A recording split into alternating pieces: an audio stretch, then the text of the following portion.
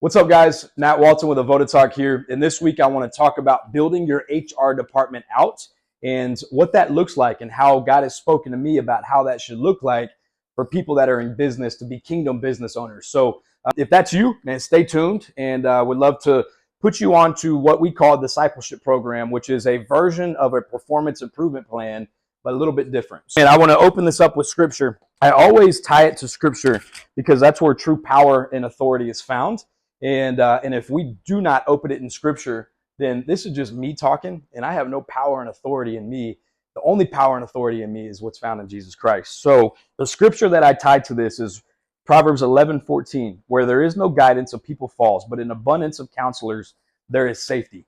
So God had given me a vision to create this program within business to where we would disciple our people.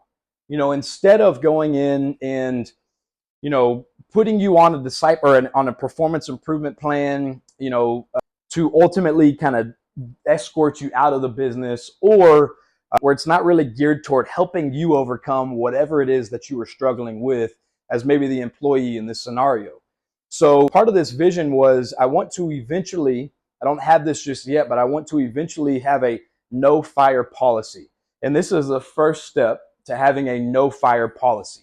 And so in order to do that, then I have to develop a program that when there's infractions that happen, then I will address those, and we'll address them in a different way. It'll be more of a discipleship way, and then there will be some grace tied to all of that, that once they get to a certain point, they'll enter into a period of like true counseling or true discipleship, to where we'll give them a blueprint of, hey, you can either, you can go do your own thing if that's what you want to do, or here's the blueprint of how we're going to overcome this. And then once you get through with this program, you'll be afforded the ability to come back and work and either get back to where you were at or start with something new.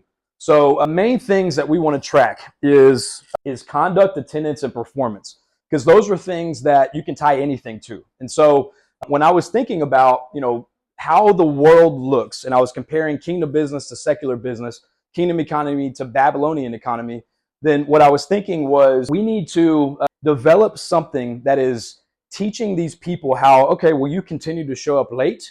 Well, let's get down to the root of that. Why do you show up late? And then it enters into what we call a counseling session. So before the counseling session, we have coaching sessions, and we have a few other things in place that aren't necessarily documented things, but they're geared more towards diving into what's creating this issue, and then really just coaching them verbally and just meeting with them off to the side and saying, hey, okay, well, you keep showing up late.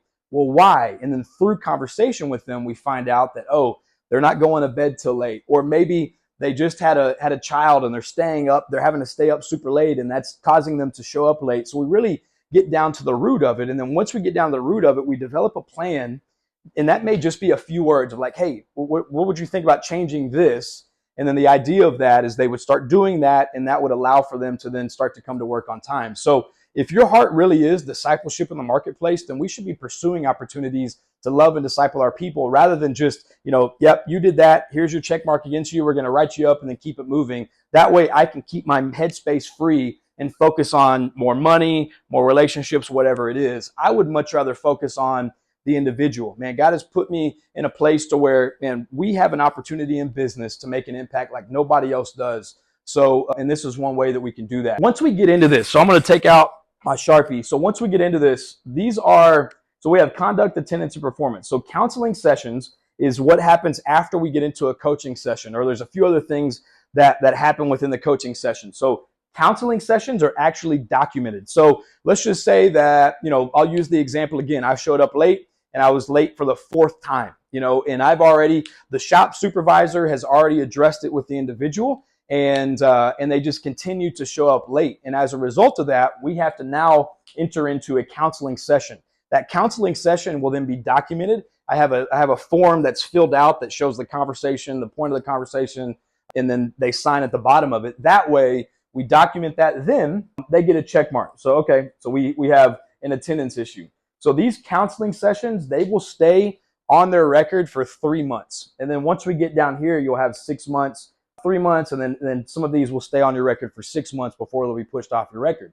Again, the idea of this is not to fire somebody. The idea of this is to actually not fire them, but disciple them and teach them how to overcome the things that have been plaguing their life for forever. So some other things are, let's look at performance. Okay, so we're running into an issue with getting things done on time, and this is a consistent issue. So I've coached them, I've gone through, I've done a deep dive on why, I've given them a blueprint of how to overcome this. I've removed any obstacles from them so that way they can be maximum successful, yet we're still running into an issue of their productivity. And so as a result of that, now that I've done all of those things, now I'm going to enter into a counseling session with them. Again, I'm going to document this, and then that's going to stay on the record for 3 months. And that'll be a check or an X there. So the thing with this is you cannot have 3 X's on the same line. So let's just say that we get into, the next day comes, and boom, Jimmy showed up late again, or I'll use this as an example. Jimmy came in and he had a bad attitude. Somebody said something, and so he smacked somebody or says something really disrespectful to somebody or put somebody down. That would move into a conduct issue. And since I can't have 3 checks on the same line, I would move that down to a step 1. So I want to make this point. Counseling sessions take place with their immediate supervisors. So if you have a business that has a shop supervisor, let's just say you're in manufacturing like I am. I have a shop supervisor. Eventually, I'm going to have supervisors underneath the shop supervisor for individual stations. I don't have that yet, but that's coming.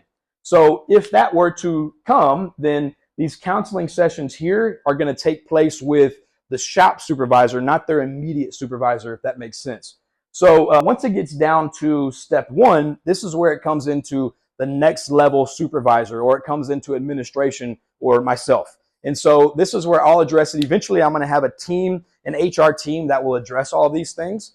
And in order to get to the point to have that HR team, I've already started that process of praying over that and praying that God sends the right person for the right seat. And I believe that God will do that in the right time. And the idea of that is when it comes down to step 1 through 4, that's when it comes into admin, or that's when it comes into HR, or when it comes into myself, and then we address it from there.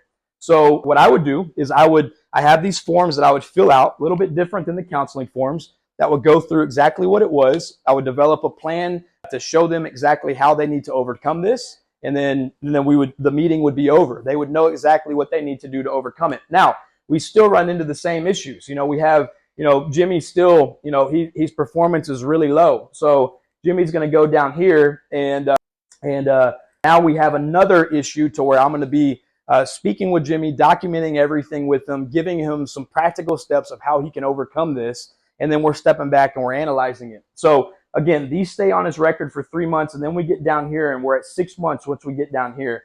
The idea of all of this is once you get down a little bit further, they stay on your record for a little bit longer, and they will be addressed with different levels of supervision. So it'll go to maybe HR, and then after it goes to HR, then it'll go to the CEO or one of the owners of the company, and then we'll address it and we'll give them a blueprint of how they are to overcome it. And then it'll stay on their record for 6 months once we get down to this point.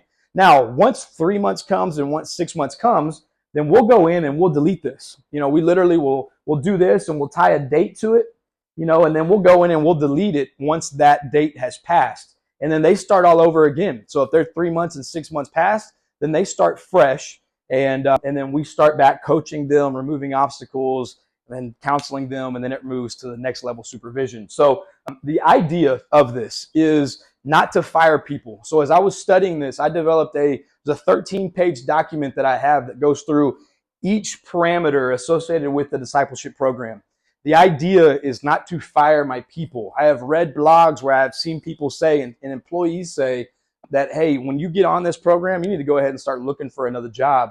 And I want to say the exact opposite of that. Man, this program is not designed to fire you. This program is designed to disciple you and to show you how you can overcome the things that you are struggling with and to expose those things that you're struggling with. The issue is what I was running into. If I could not be back there 24/7 in my factory to enforce these things. And so how do you enforce things? Let's just say I walk back there and I hadn't been back there in 2 hours, yet I see somebody doing something that goes against our policies. And then I go up and address it. And then I leave and I go back and I go to a meeting or whatever it is. And I'm not there to consistently reinforce these things or to be an accountability to the things that they need to do.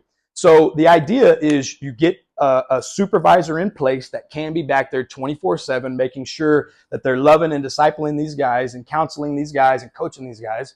And then that way they're constantly enforcing the policies and there's no questions about that. So this is meant to just back that up, right? It's meant to say, hey, you understand the parameters that we have in place here. They were infringed upon. We have to document them. We'll only document them for 3 to 6 months. Once that's done, it'll come off your record. But the idea of this is for you to implement this 1 through 5 plan, steps 1 through 5 plan. And when you do that, you're going to be a better man or better woman because of that. And you'll be in a better position to help the company, and the company will be in a better position and a mindset to help you. So last thing I want to say on this is this right here is the way that I am rolling this out is I'm setting up a meeting and I go over this with my guys and I teach them. I do like a classroom setting with them, and I let them know basically what I just told you. I'm going to give them more information and hand them the document.